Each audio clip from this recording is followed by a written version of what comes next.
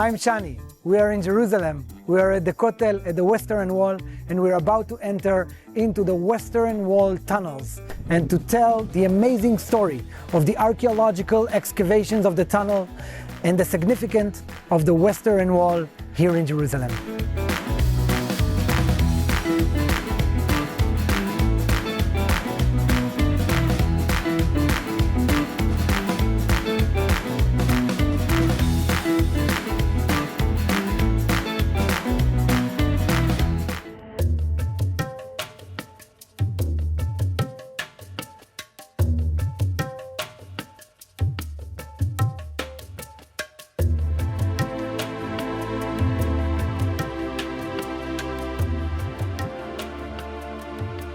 According to the biblical story, Abraham was sent to this area, to the land of Moriah, and he was asked to do the hardest thing one can be asked to do, the binding of Isaac. And Abraham, with Isaac, climbed to the top of Mount Moriah. And on the top of Mount Moriah, Abraham raised the knife, and at that point, an angel called him from heaven, "Do not harm the boy. God has just tested you." And this event of the binding of Isaac started the connection between the Jewish people and this place, Jerusalem, approximately 4,000 years ago.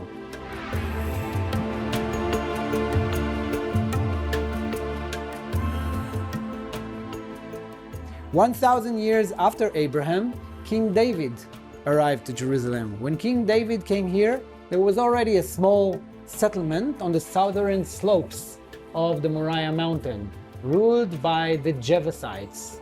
David took the city from the Jebusites and announced Jerusalem as the capital that will unite between the 12 tribes, the city of David. David, as we know, fought the biblical Philistines, fought Goliath, and he had the blood of the wars on his hands, and God told him only a man of peace will be the one to build the house of peace, the Jewish temple. So only his son, Solomon, built the temple on the top of Mount Moriah approximately 3,000 years ago.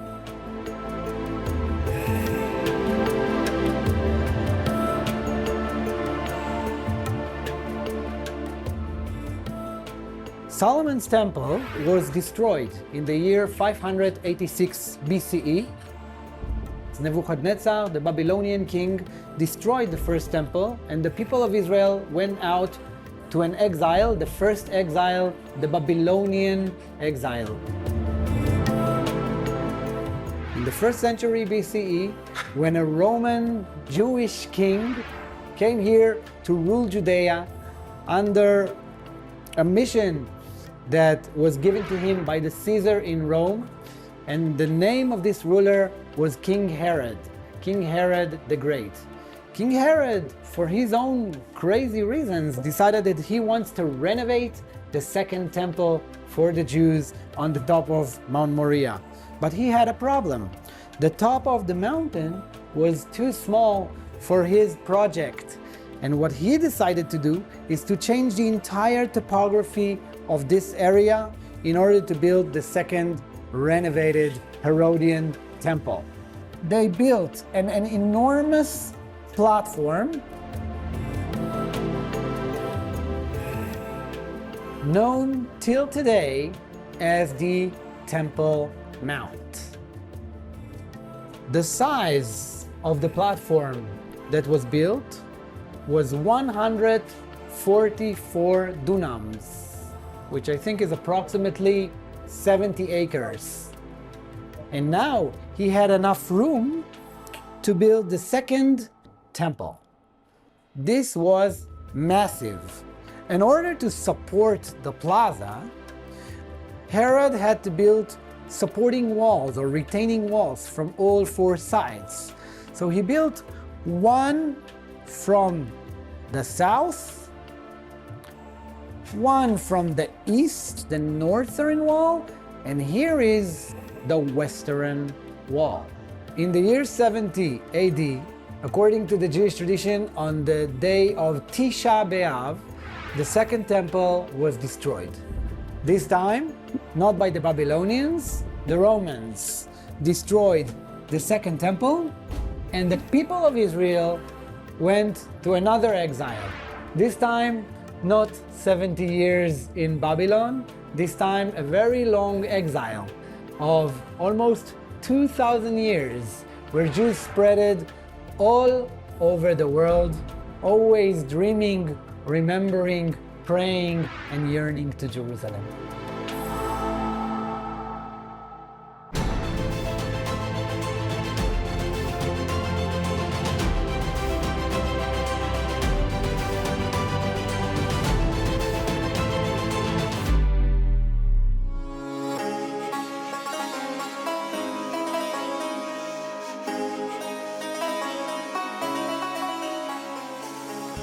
Thirteen 1,300 years ago, a bit after Islam started, the Muslims, the early Muslims, have built the Dome of the Rock, standing in the middle of the Temple Mount till today.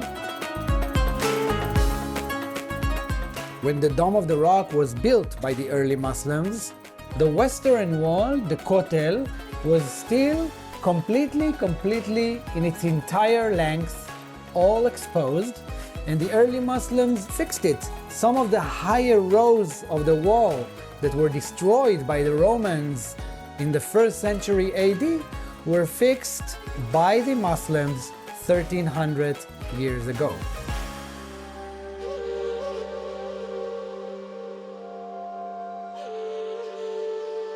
So when did the wall disappear? Approximately 700 years ago, in the 14th century, the Mamluks have came to Jerusalem, and they ruled Jerusalem for a few hundred years. And the Mamluks, when they arrived to Jerusalem, first when they came, they lived right next to the Western Wall, here in the lower area of the valley next to the Western Wall. Living in the valley in Jerusalem is not a very good idea, both in terms of strategy. If an enemy comes from the north, he will be higher than you and will easily control you.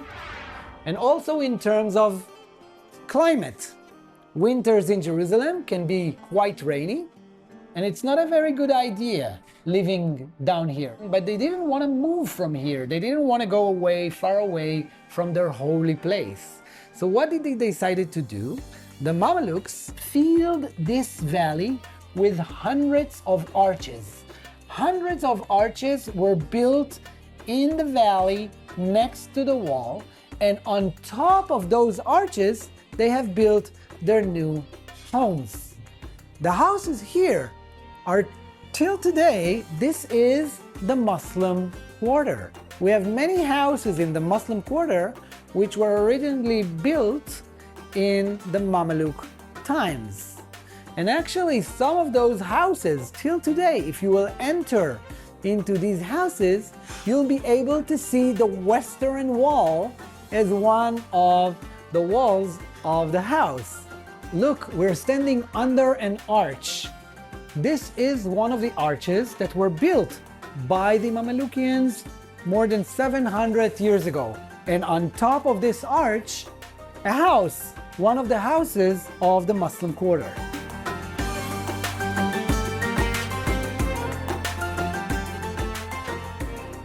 Walking through the Western Wall tunnels is basically walking under those arches that many of them were built by the Mamlukians 700 years ago. Look, another arch and another arch, arch after arch, and these were all built by the Mamlukians, and we are now right under the houses of the old city, under the Muslim quarter.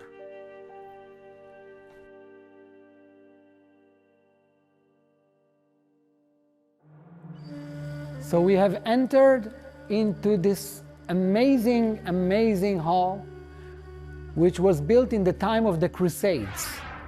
It used to be a hospital in the times of the Crusades. Later on in history, was used as stable for horses and place to host people who came here to Jerusalem.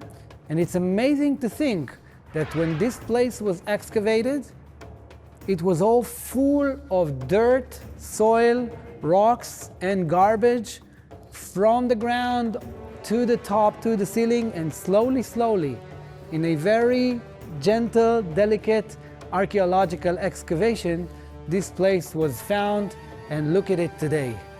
This is amazing. Look at the huge pillars right here. Look at the arches. This is one of the most beautiful, amazing archaeological excavations, one of the most amazing findings that we have here in the tunnels in the last few years. From here, we're going to go towards the Great Bridge.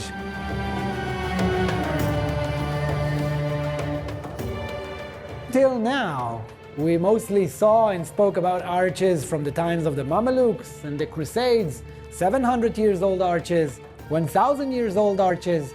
Right now, we are standing under a 2,000 years old arch from the times of the Second Temple.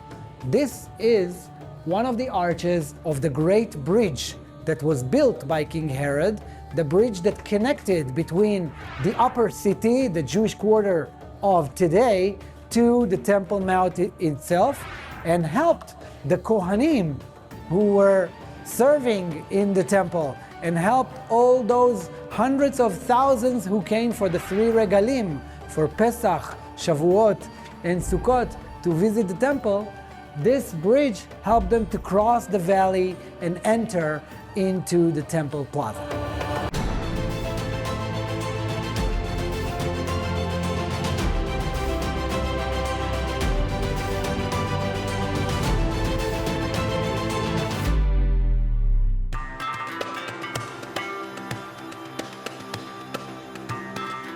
I welcome you to the beautiful Bet Knesset, Sha'arei Tshuva, a Bet Knesset that was built inside the Western Wall tunnels a few years ago. What makes this synagogue so special, other than its beauty, is its location.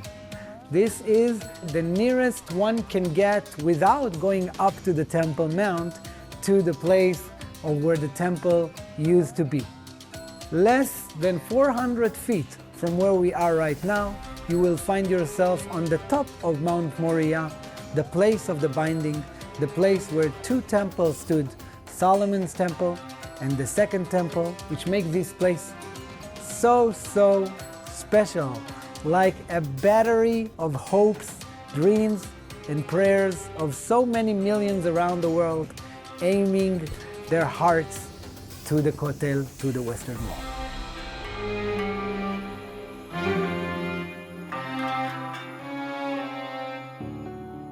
When you're at the plaza itself, at the praying plaza, under your feet, you have something like 18 meters of original Kotel all the way down to the bedrock. This is the Western Wall. Look how well it was preserved. After so many years, the wall was covered. So it was not damaged by the sun or the rains, even the snow. It's snowing from time to time. Every few years we have some snow here, also in Jerusalem. And here, when it was covered for so many years, you can see the beautiful preservation of the wall. You can see the framing that I was mentioning earlier, the Herodian framing. And it just opens the imagination of how the wall looked like 2,000 years ago, when those thousands of people came from all over the Roman Empire for the food festivals, for the regalim, for Pesach, Shavuot, and Sukkot, to visit the temple and to make maybe the most important commandment of those days, the Aliyah L'Regel, come and visiting the temple 3 times a year. So one of the latest foundings that we have here in the excavations of the Western Wall tunnels is this part of a Roman street that was here 2,000 years ago. It was a long street coming up all the way from the area of the Silwan pool, going up north next to the Western Wall. And you know, maybe they even called it the Wall Street. But this street was some kind of a market, yeah, for those pilgrims, for those olim laregel who came here to Jerusalem. We can see those niches over there. Maybe these were shops where people bought whatever they needed to prepare themselves before going up to the Temple Mount.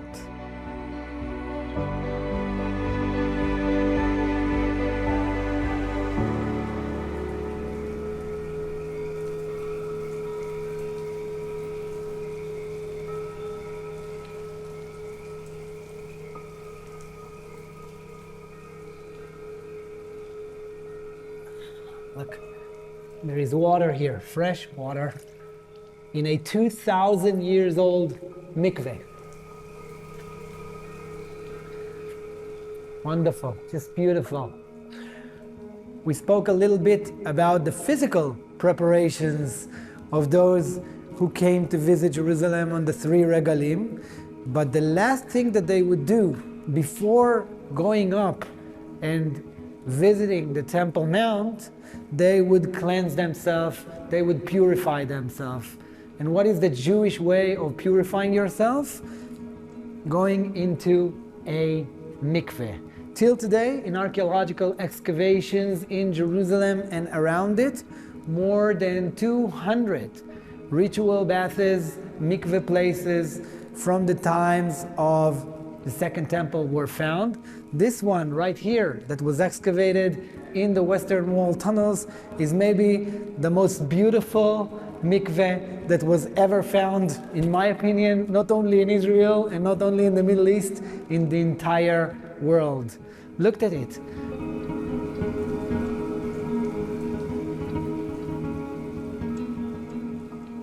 So once the archaeologists made all their way to the northern wall of this room, look at it.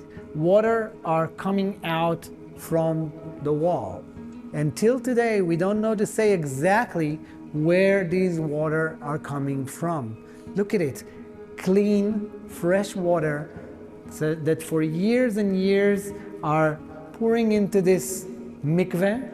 And there are different opinions regarding this, where these waters are coming from. Maybe a local aquifer that is leading fresh water, rainwater to this room. The plaster is cracked, and this is why we are not being flooded here. But it's amazing to think that 2,000 years ago, Jewish pilgrims who came from all over the Roman Empire came here and took their ritual bath as the last act before going up to the temple place.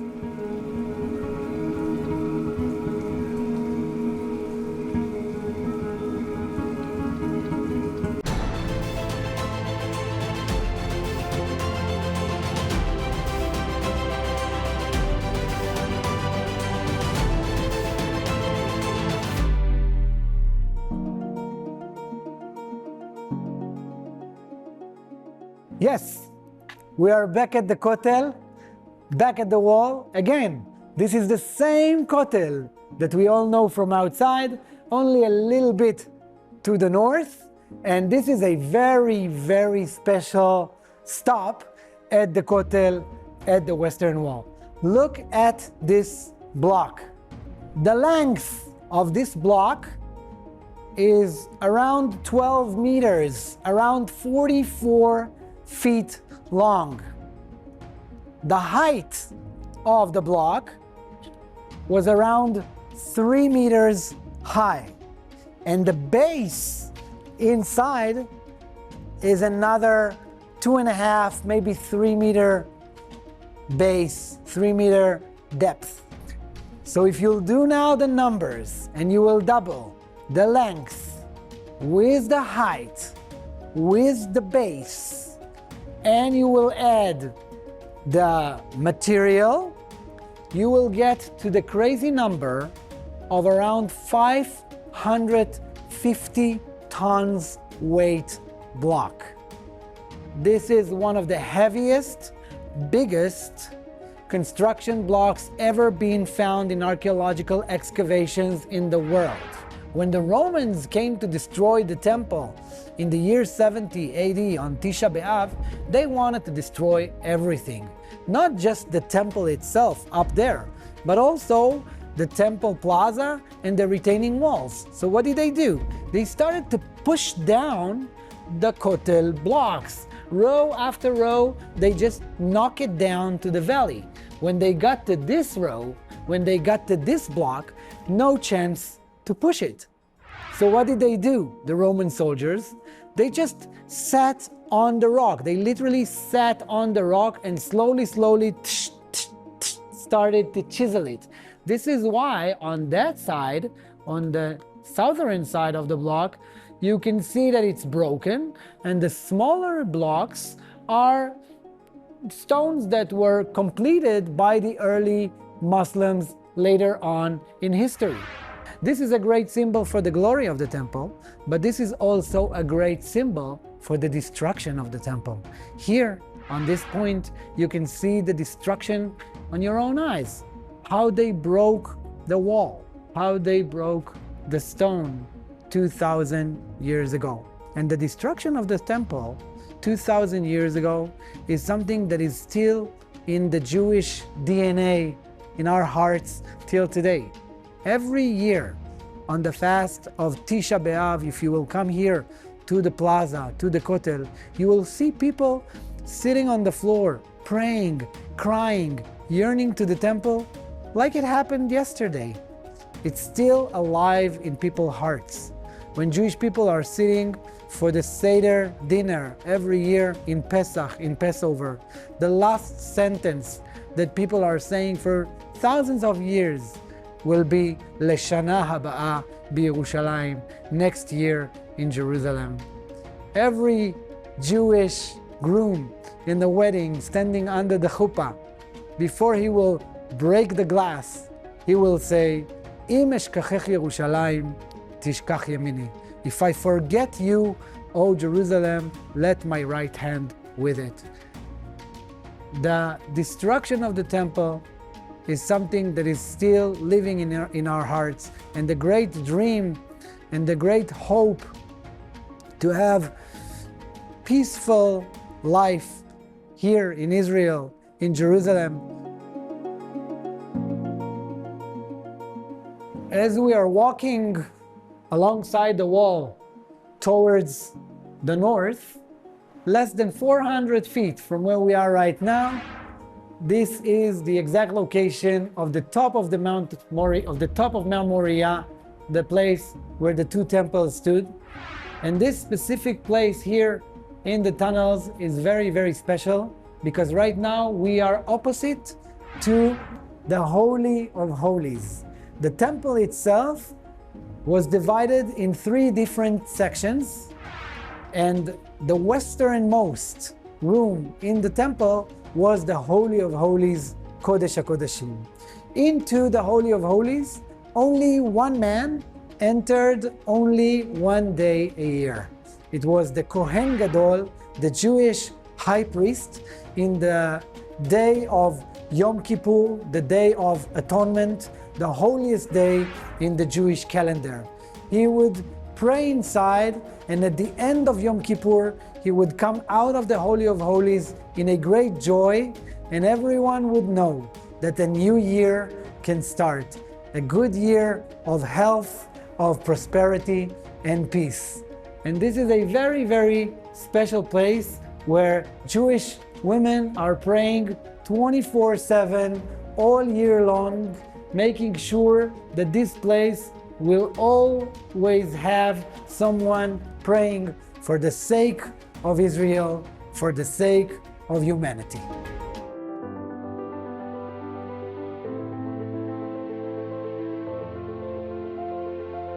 Ancient Susia, a Second Temple period Jewish village here in the mountains of Judea. Come discover this village and so much more as we unravel the mysteries behind the path of the patriarchs in the next episode of Land of the Bible.